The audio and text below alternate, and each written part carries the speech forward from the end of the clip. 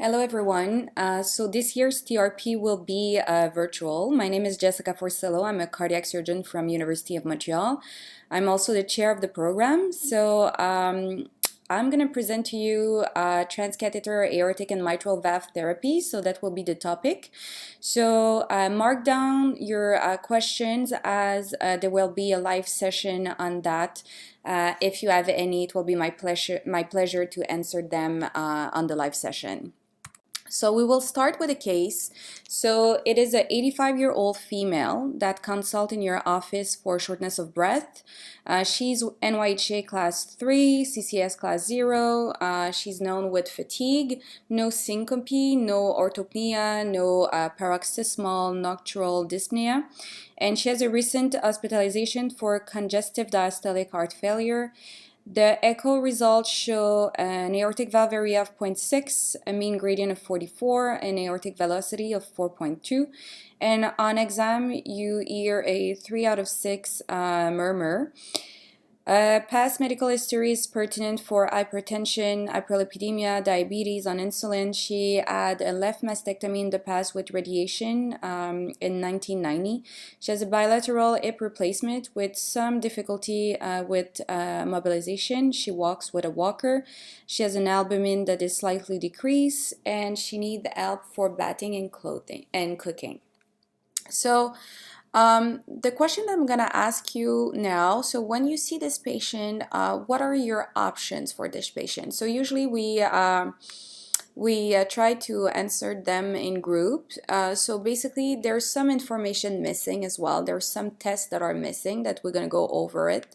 So there's no left heart cath that is done. There's no CT TAVI that is done. There's no frailty exam. So basically the options, probably you thought about it, but you have a SAVR, TAVR, balloon valvuloplasty, or a medical treatment. So those were my questions. So is there an indication for treatment? So she has severe symptomatic aortic stenosis, so yes. What is her risk assessment? We're going to go over it by calculating the STS score, knowing that it's not perfect because it doesn't include some variable that is included in frailty assessment. Another variable for, in her case, radiation. So it makes our chest more hostile. What are the options and class of recommendation for each treatment? We're going to check the guidelines together and what are the trials supporting those data. What other tests, investigation that you're going to ask? So obviously a TAVI, CT scan, left heart cath.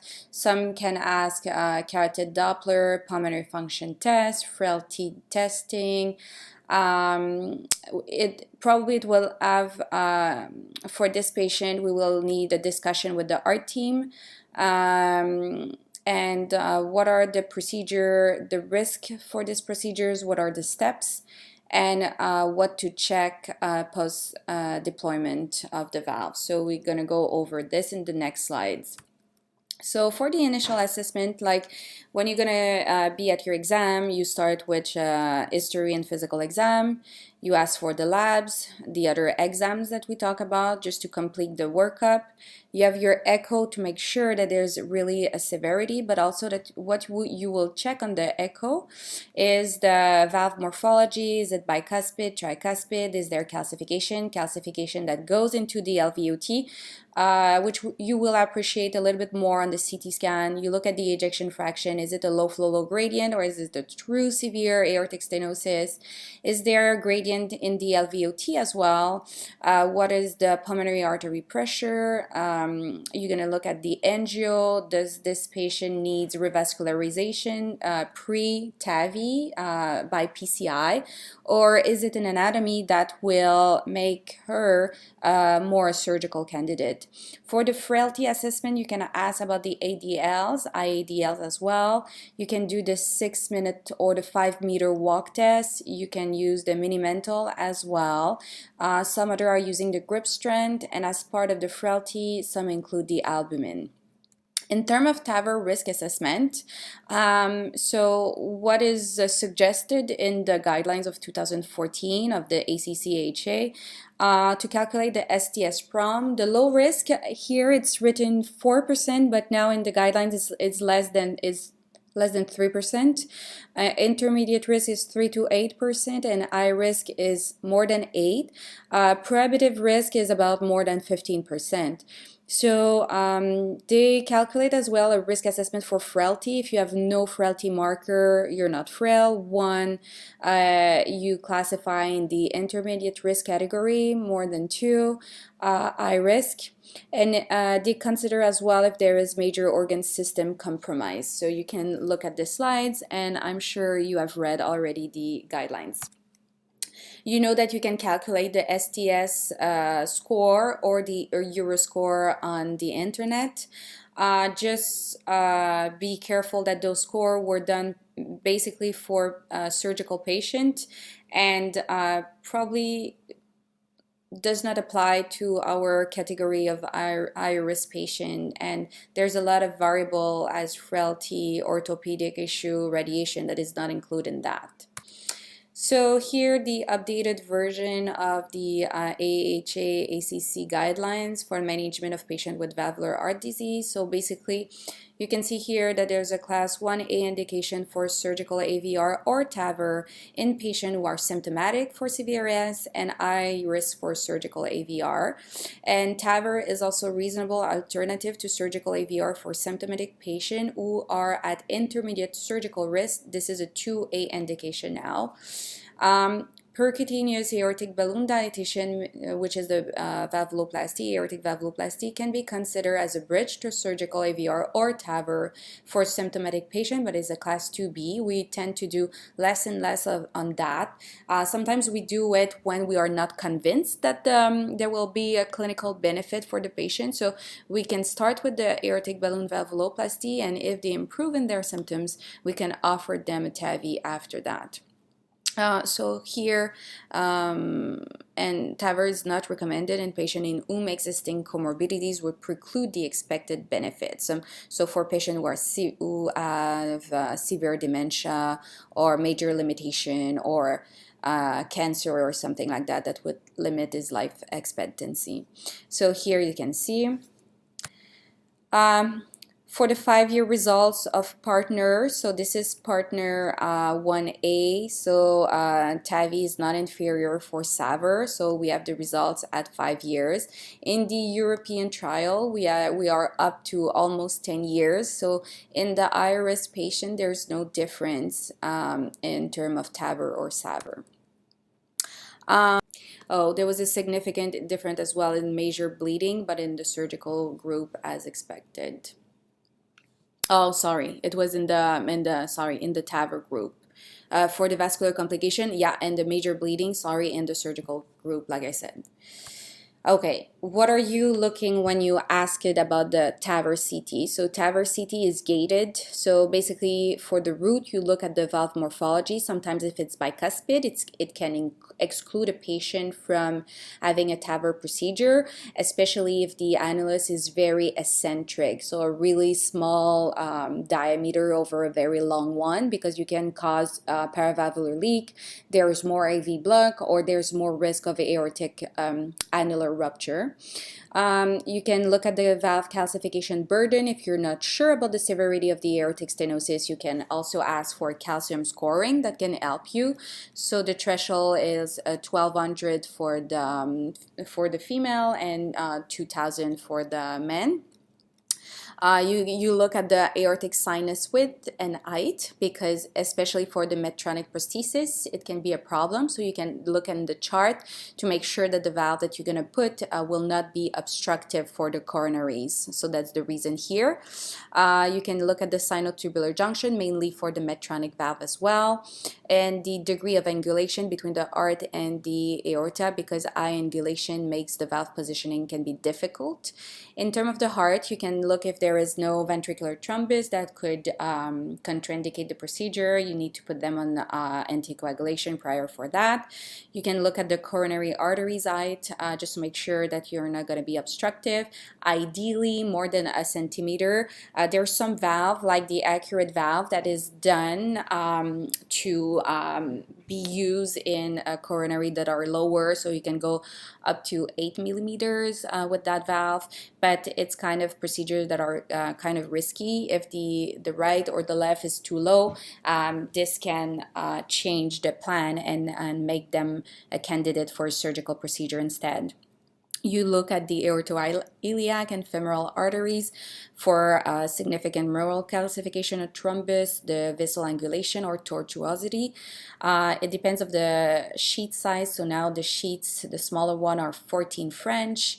Especially if you go in line with the CoreValve, it's really 14. If you go with a 14 with the Edwards, once you put the valve in, it increases a little bit the diameter, but for a 14 French, you need at least 5.5, but 5 could be a limit, but okay if there is no circumferential calcification. And the thing that we often found with the TAVR patient is the incidental findings that would sometimes preclude from doing a procedure, because you can find a cancer or something like that that will decrease their life expectancy. So in terms of the coronary height, you can see here, that's how we measure it. Remember that the annulus is a virtual basal ring. So basically it's that the nadir of all sinuses, okay? So basically you put the ring there and it's really virtual. And when you align to position the TAVR, you align it at the nadir of each commissure, but we're gonna see it with an example on fluoroscopy. And why is annulus sizing important? Because if you oversize, there's a risk of annular rupture, coronary obstruction, or pacemaker. If you undersize, there's risk of embolization or paravalvular leak. And why is sizing important? Because we saw in the intermediate risk trial of PARTNER that even mild to severe paravalvular leak is associated with increased mortality from any cause. So in the first trial, in the PARTNER 1A, the mild didn't have an effect on that, but it was just because they were not well classified. But we can see that even a mild leak can result in increased mortality, and that will be even more important in the low risk patients. So the pre-workup and the CT scan is very important to make sure that we don't get leak after we implant the valve. Iliofemoral access, we do inline here, center line of the vessel, just to make sure that everything will be fine. And you can also check for the tortuosity, and here I would go on the left side instead of the right side. But when you put your stiff wire, it's going to strengthen it, but you need to pay attention to all those details. In terms of the TAVR valve choice, it's very important. So now we are at our 4th generation of balloon expandable valve. So the first one was the Sapien, after Sapien XT, Sapien 3, and now we have the Sapien 3 Ultra, which has a different skirt that should prevent the leak. So basically it's only for the 23 and 26 size, because for the 29 we still use the Sapien 3. They didn't do it because there was no difference in terms of the leak, so it was not necessary for them to do a 29. The leaks were more encountered with the 23 and 26, that's why they did it. So we are using the same sheet to put the Sapien 3 Ultra. There's no, in the alternative access, there's no Sapien 3 Ultra. We're still using the Sapien 3. So basically the Sapien valve from Edwards is a balloon expandable. She's made of cobalt chromium alloy frame. She has a bovine pericardial valve, and she has a high radial strength. And they changed the frame for better hemodynamics, performance. They create new they use new anti-calcification mechanism to increase the durability of those valves. So the delivery system of this valve is the commander. So for the Sapien 3 Ultra is the same, okay? So you have valve size, you have the 20 as well, but 20 is really small. I would not recommend it because there's early structural valve deterioration and high gradient with this 20. So instead of using a 20, I would use a CoreValve that will be supraannular and bigger. So basically for the Sapien 3, you have the 23, 26, 29, and the sheet, the vessel that you need for the size is 5.5 to 6, and the sheet size is 14, 14, 16, and the sheet model is a E sheet. So once the valve go through, it just open like a snake belly. Here you can add some CCs. So this is an article that if you overexpanded the valve, what you can get. So even if you add some, especially for the 29 that we do it, we can go up to 4 millimeter for the annulus size that is out of range. But what is the long-term durability of that? We don't know yet.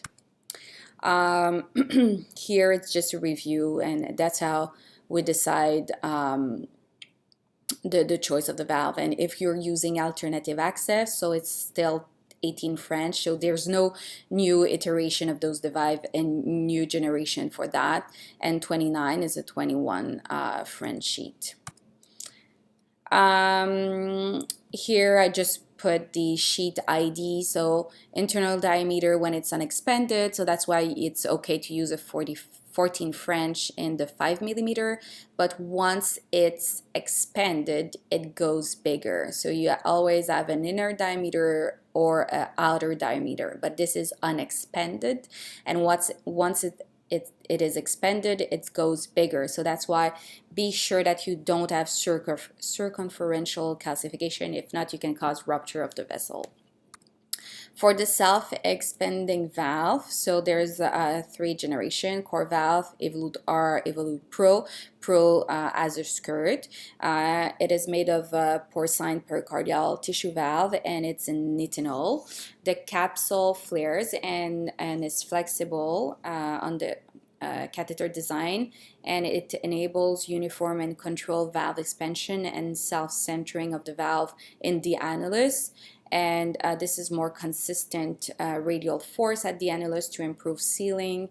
And the next generation, like I said, as a skirt, so it's less traumatic if your annulus is very, very calcified and you don't want to rupture it, or if you have really a internal, like an inner diameter or a lesser diameter that is really smaller than the bigger one and you don't want to be traumatic, you can use that kind of valve. But sometimes this valve, if it's really calcified, because I have the impression that it has less radial strength than when you use the balloon to expand it, sometimes it cannot expand fully and you need to post dilate with the balloon after that.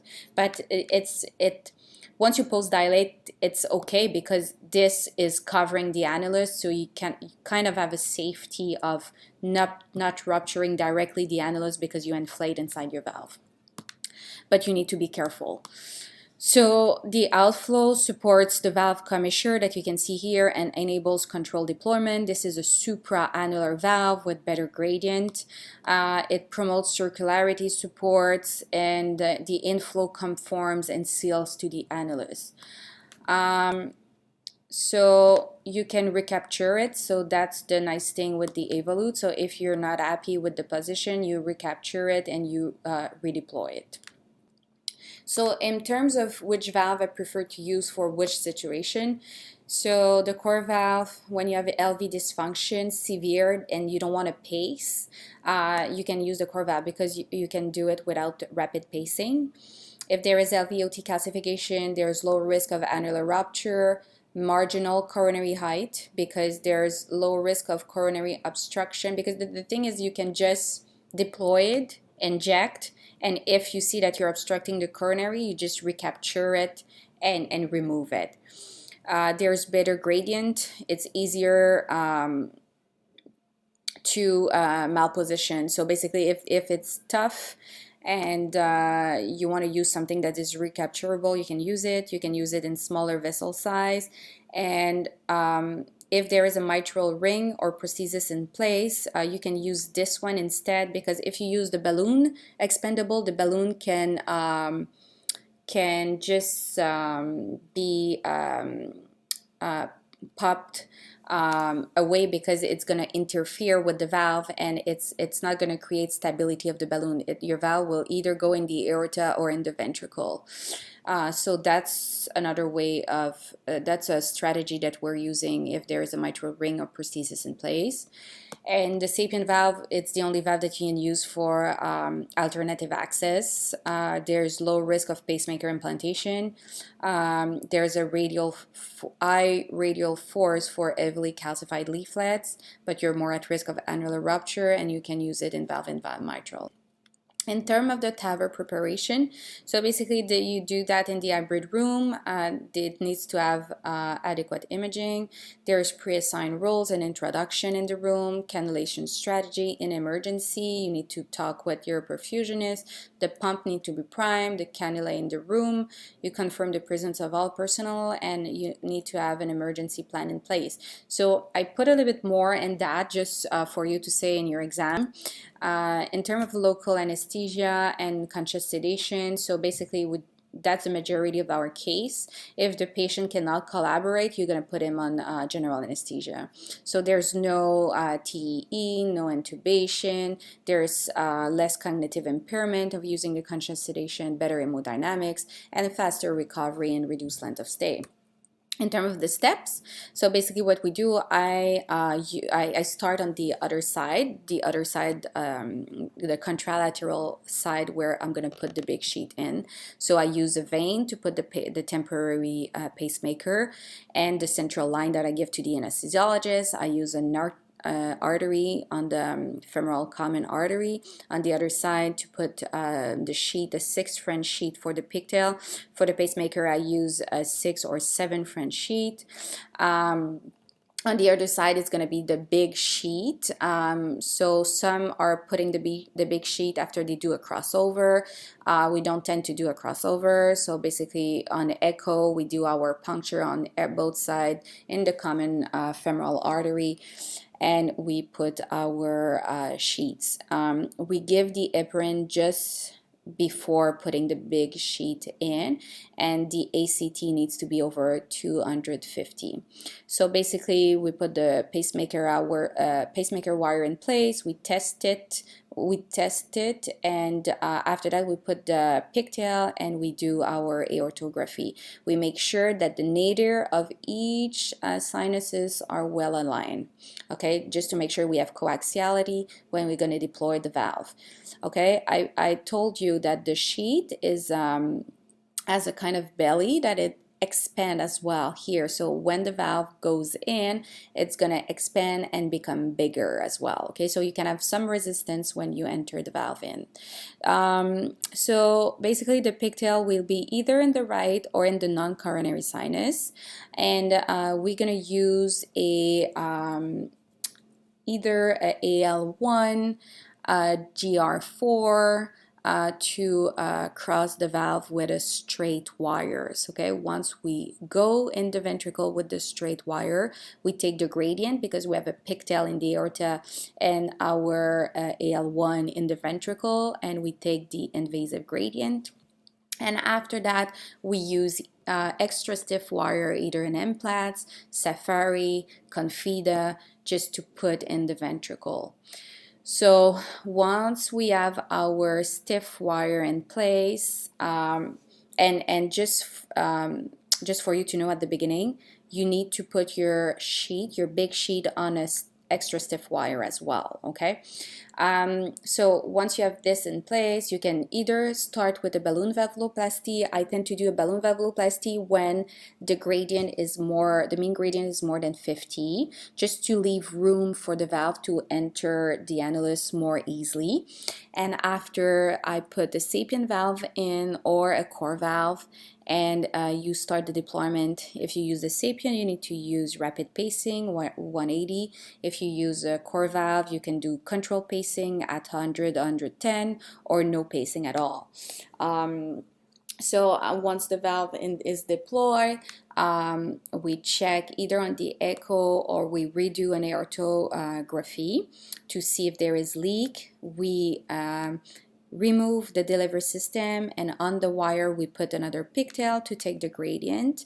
And after we remove everything, the thing that I didn't say is before putting the big sheet on the other side, we pre-close with 2 per close. So basically you retrieve your sheet, you close with the 2 per close. On the underside, on the artery, we put an angioseal, and we manually compress the vein on the other side. And we do a aortography final for the iliofemoral vessel at the end, just to make sure that there's no vascular damage. In terms of post-deployment, you need to check the hemodynamics, the rhythm, just to make sure that you're not going to keep your pacemaker in place. If you have a new bundled branch or something like that, you can leave it and reevaluate in the next hours. You can have an echo, or you evaluate on the angio the LV function, valve function, if you create an MR, if the valve is too low, if there is pericardial effusion, or a VSD that you can create. Usually if there is small VSD, we leave them in place. We're not going to address them.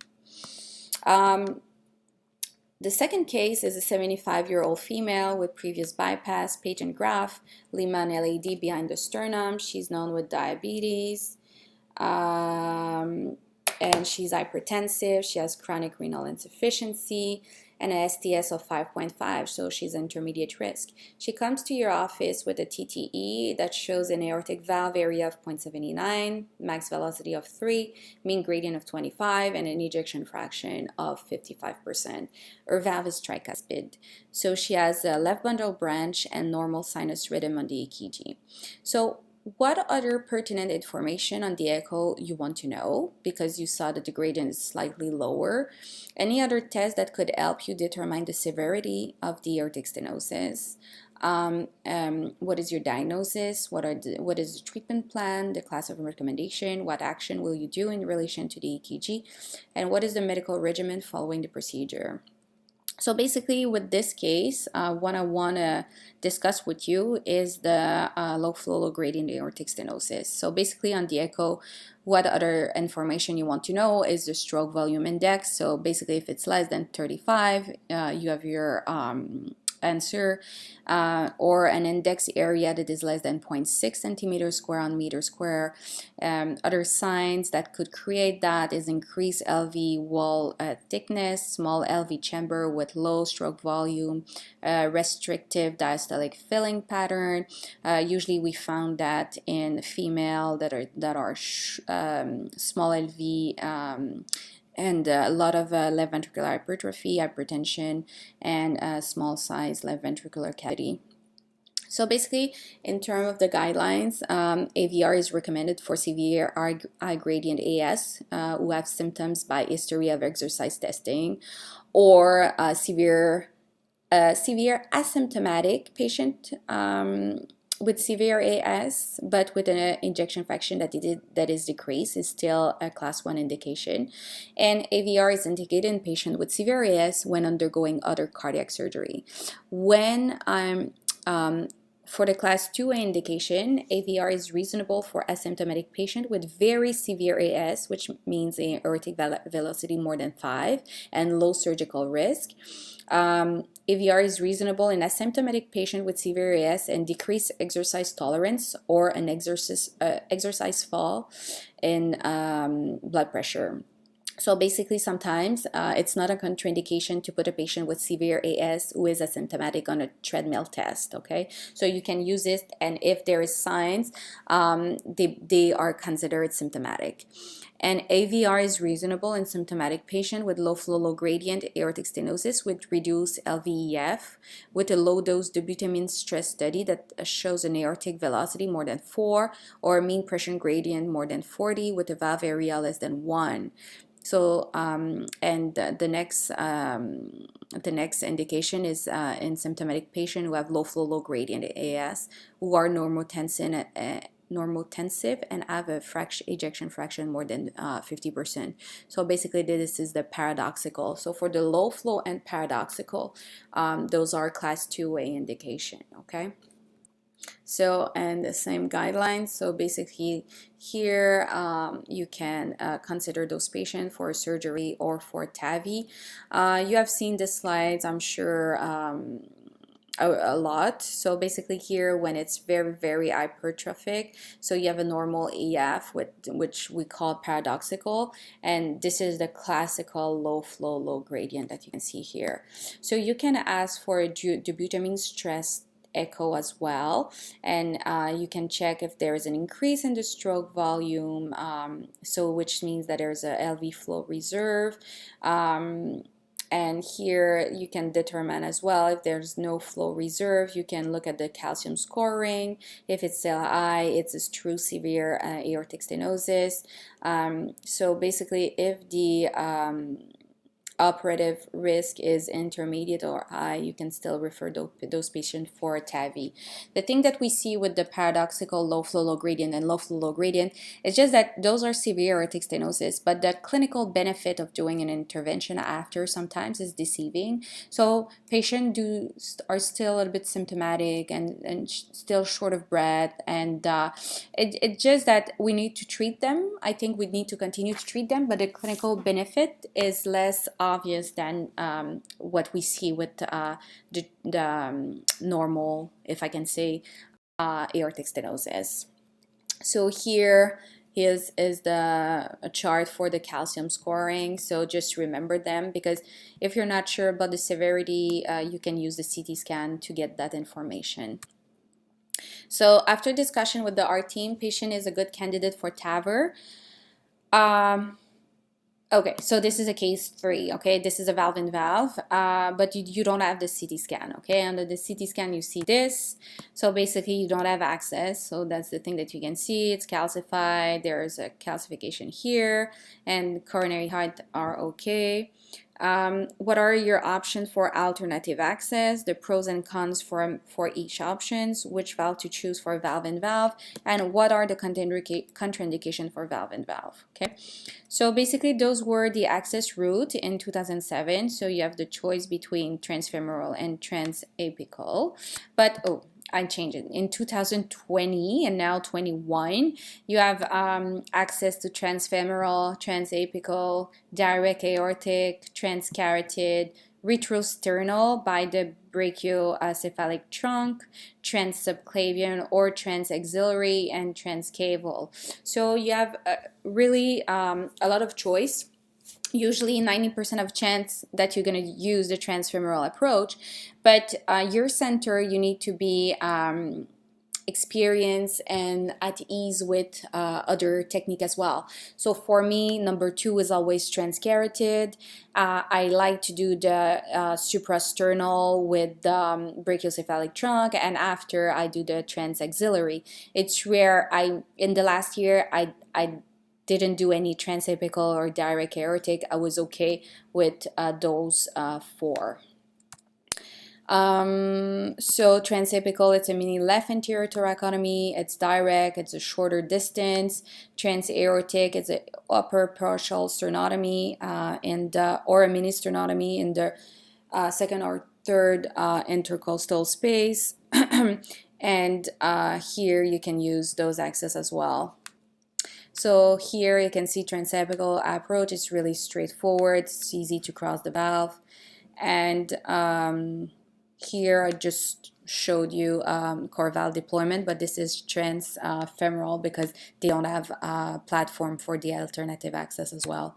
Direct aortic, you need to be just a little bit on the side next to the brachiocephalic trunk to have enough length here.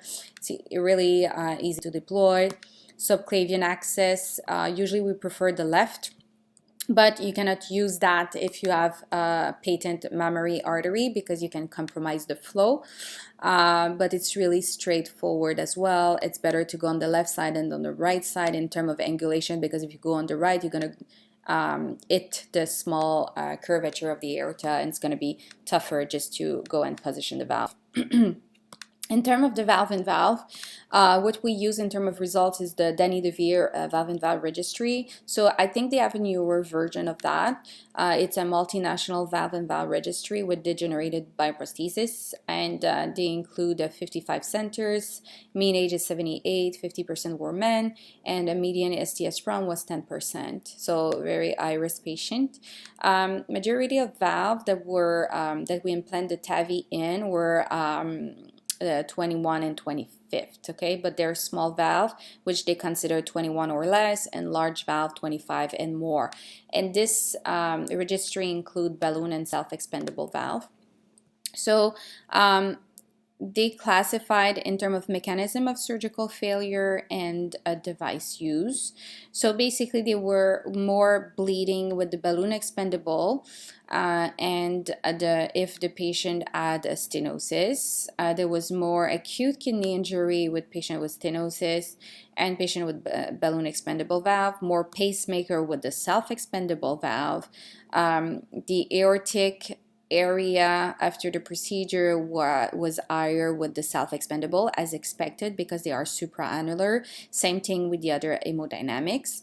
In terms of 1 year outcome, there was no difference in terms of mortality, no difference in terms of symptomatic relief, but there's still better gradient in on the long term with the self-expandable valve. So especially with the smaller valve, we tend to use self-expandable.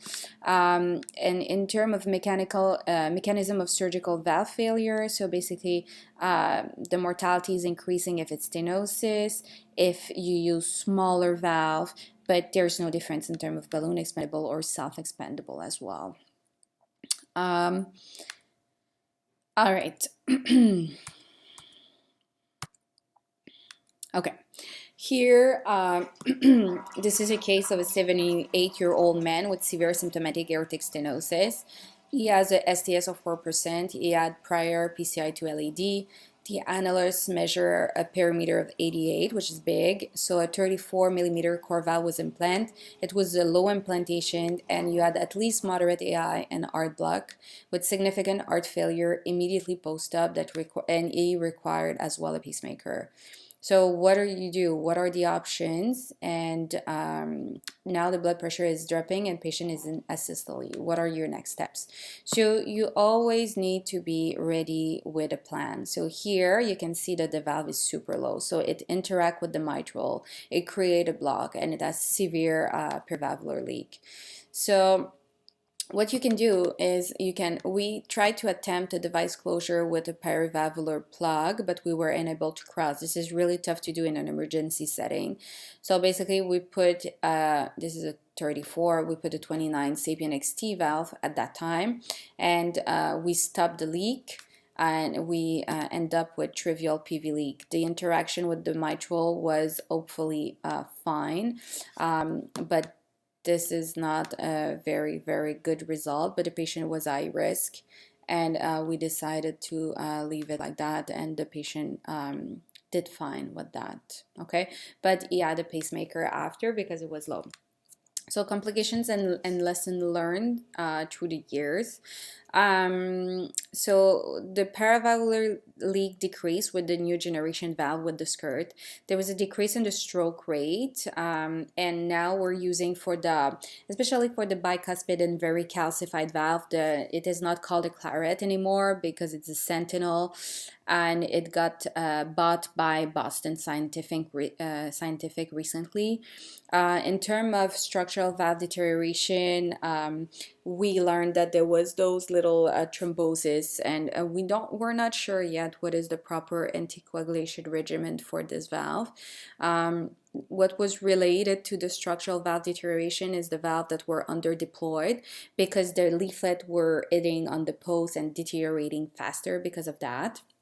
In terms of valve-in-valve, we don't know the long term of that. I tend to anticoagulate them at the beginning in the first 3 months, but this is not really, this is just local experience. I don't know what you are doing in your center. We're better with coronary obstruction because of the pre-operative planning. In terms of annular rupture, it decreased with user experience and the use of the CT scan and the newer device. In terms of the vascular complication, it decreased because we decreased the sheet size well.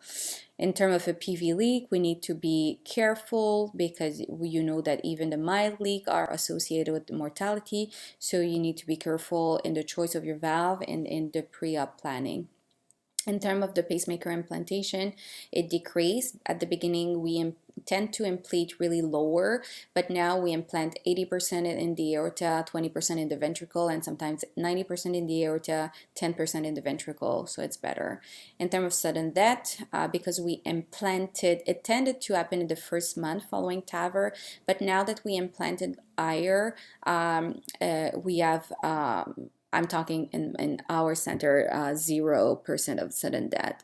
And that was related to the valves that were deployed too low because there was chance of doing arrhythmia or block after that. The predictors of if you want sudden death are complete AV block after procedure, right bundle blanch, or some stuff like that. But we're very aggressive at putting pacemaker after. And in terms of the choice of anticoagulation, you can look at those trials, but some were stopped earlier because of the bleeding event, and basically we don't have a conclusion. So usually if the patient is on aspirin, we continue him on aspirin. If he was taking Plavix before, we continue it, but we don't add Plavix anymore if the patient was not on it. Or coronary obstruction. Here is the complication that we discussed, but you can read it on your own because you're gonna have my slides anyway. In terms of the light complications, sudden death, but we discussed TAVR thrombus, which will lead also to structural valve deterioration. This we'll know a little bit better in the next year.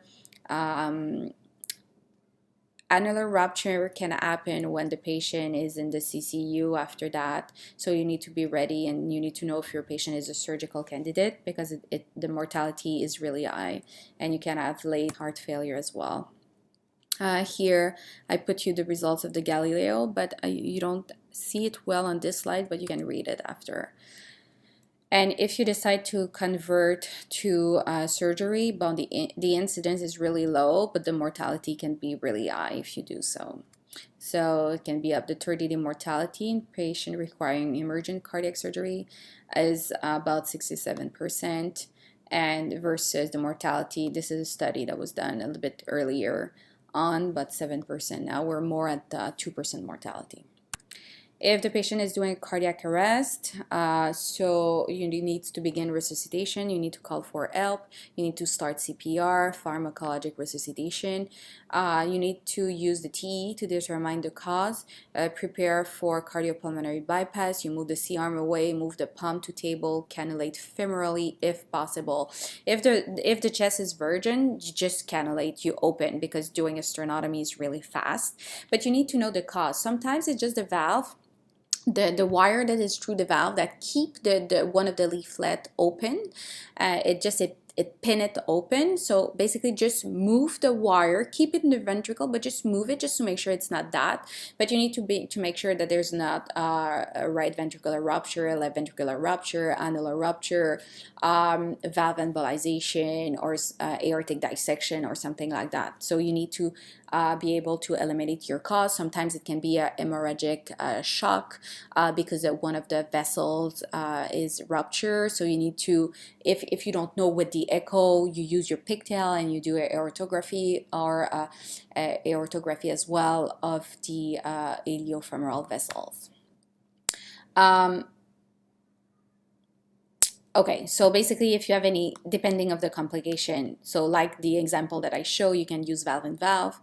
If there is severe leak, you can do a post-implant BAV just to try to decrease the paravalvular leak. You can use snaring technique if the valve is too low, but that can create aortic dissection because if the valve goes up, one of the posts or can just rip into the aorta and get stuck there.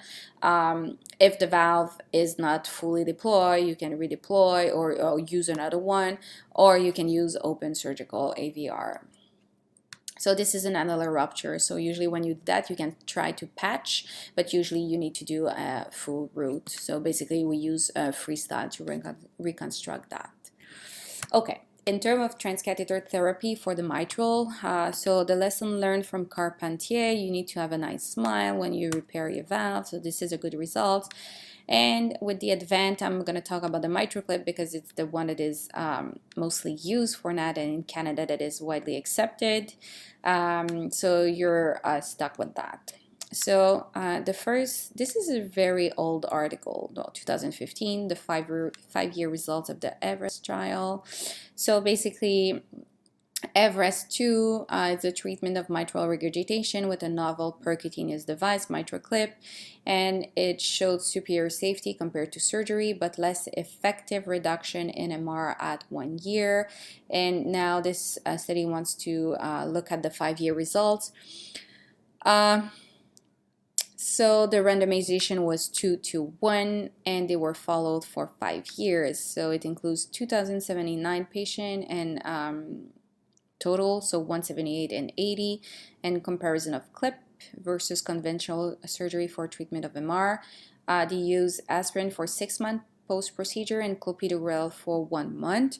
The primary outcome at 1 year demonstrate that the conventional surgery was more effective than percutaneous repair for reducing MR. However, improvement in left ventricular remodeling and clinical outcomes were similar for both approaches, and the percutaneous approach demonstrated a greater level of safety than surgery, of course. Eligible patients were patients with moderate to severe chronic MR who were either symptomatic with left ventricular ejection fraction more than 25% and left ventricular end diastolic and systolic diameter 55 millimeter, or asymptomatic with one or more of the following. So basically, I know that sometimes in the exam they just ask for those questions, so just make sure that you know them. And the endpoint were a comparison using the following endpoints through 5 years. So freedom from death, surgery for mitral valve dysfunction, and 3+ and 4+ MR. Freedom from death, and they look at it individually. So the mean age, it was not very old. It's 67, 64 years old, and you can see here. And in terms of the results at 5 years, so you have in the composite endpoint, there's a difference. So in favor of the of surgery. And so in terms of mortality, there was no difference, but in terms of mitral valve surgery or reoperation, it was higher with a clip. And in terms of recurrent 3+, 4+ MR, it was more with the clip as well. But, well, so here you can see that. And so that was the result. Also, they did that 4 years, but it's basically the same thing. In terms of symptoms, basically, severity of MR and heart failure symptoms. So there's more that the symptomatic relief was a bit better in the surgery group at 5 years. Basically, they conclude that although percutaneous repair was less effective at reducing mitral regurgitation than conventional surgery, the procedure was associated with superior safety and similar improvement in clinical outcomes. Well, so you can look at this paper as well. Here, the only difference, so this surgery is definitely better for degenerative mitral regurgitation, and that's how they try to focus a little bit more on the functional aspect. It's easier, I would say that it's easier to clip a degenerative problem, but I'm truly convinced that surgery will be better for that, still continue to be better.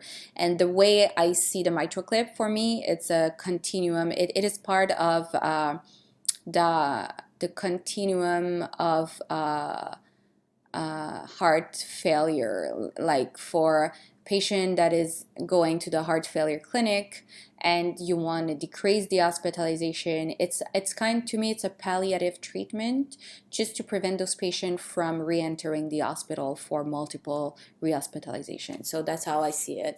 So I would definitely not use it to a 65 offer it to a 65-year-old patient, even with functional. I still believe that those patients are operable and the result will be better. But there was a lot of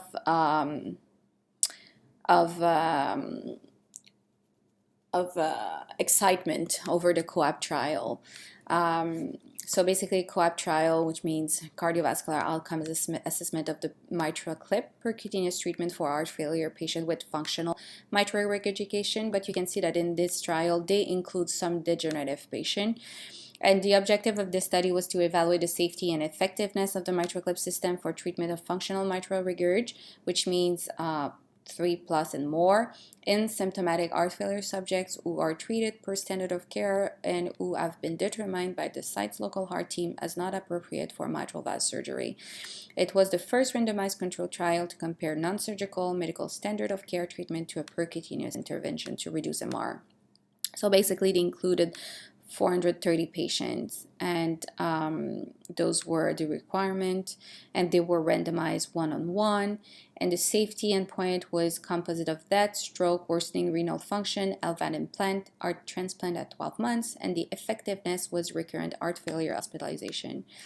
So primary effectiveness, recurrent heart failure hospitalization through 2 years, and primary safety is a composite of single leaflet, device attachment, device embolization, endocarditis requiring surgery. Echo core lab confirmed the mitral stenosis requiring surgery, LVAD implant, heart transplant, and any device-related complication requiring non-elective cardiovascular surgery at 12 months. In terms of the results, they include they randomized 614 patients. The annual rate of hospitalization of all cause for cardiac insufficiency, I don't know why now it's in French, at 2 years was 36% per patient year in the mitral clip group versus 68% in the medical group. And all-cause mortality at 2 years was 29% in the mitral clip group versus 46% in the medical group.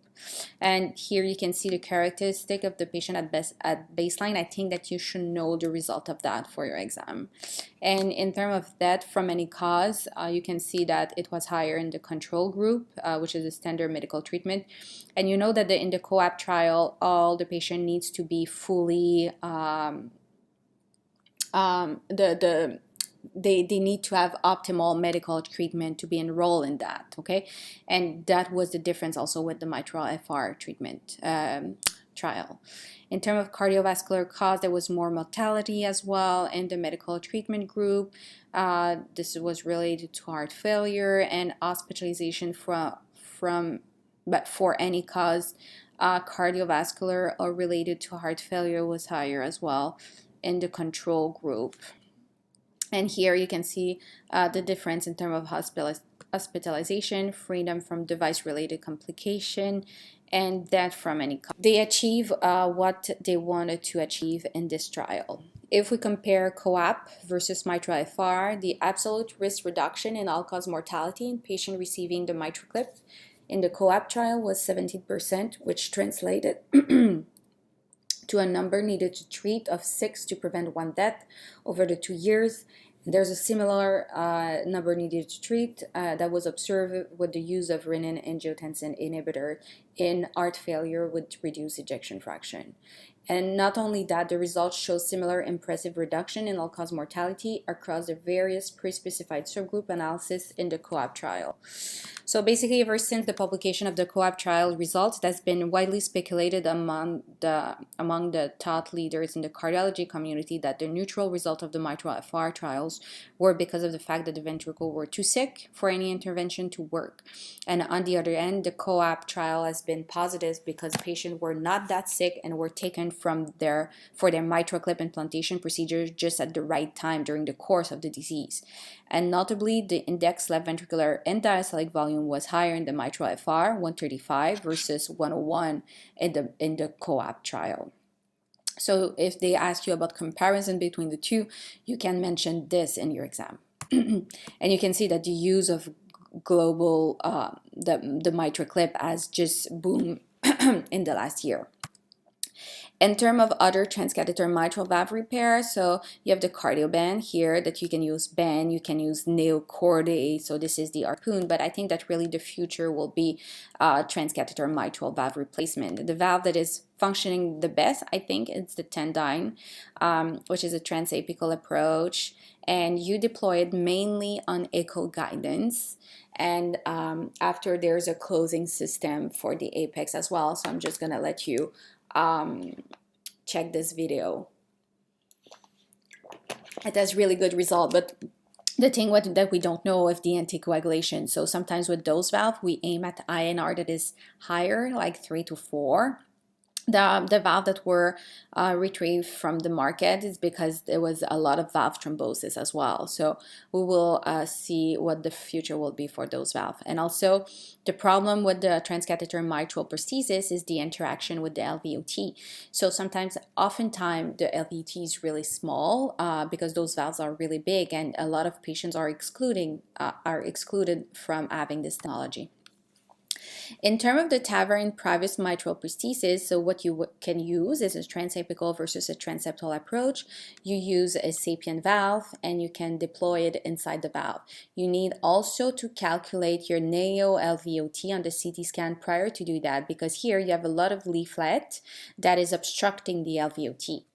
In terms of TAVR and MAC, what you can use is via mini thoracotomy, on pump, fibrillatory arrest, or full bypass, and you can stitch in place. You can remove the anterior leaflet and stitch in place a transcatheter valve. If you don't want to put a normal surgical valve and you don't want to do decalcification because you're scared of doing AV groove disruption, you can use that, but I would tell you that when you leave the calcium in place, there's a lot of perivalvular leak. You can sew Teflon felt in place just to prevent that, but this is not a very, very good approach, I would say. In terms of the lampoon, so if you're scared, so some centers that are more advanced, they don't want to create the LVOT obstruction created by the anterior mitral leaflet. So what they do is they divide percutaneously with a wire, electrified wire, the anterior leaflet of the mitral. So they create this space here so the blood can circulate freely. So you can see it on the next slide that you have the opening like that. But there is the rate of stroke is high, and the success rate is usually good, but needs to be done with an experienced team of operators. So I will end that, and we'll be more than happy on the live session to answer your question. Thank you.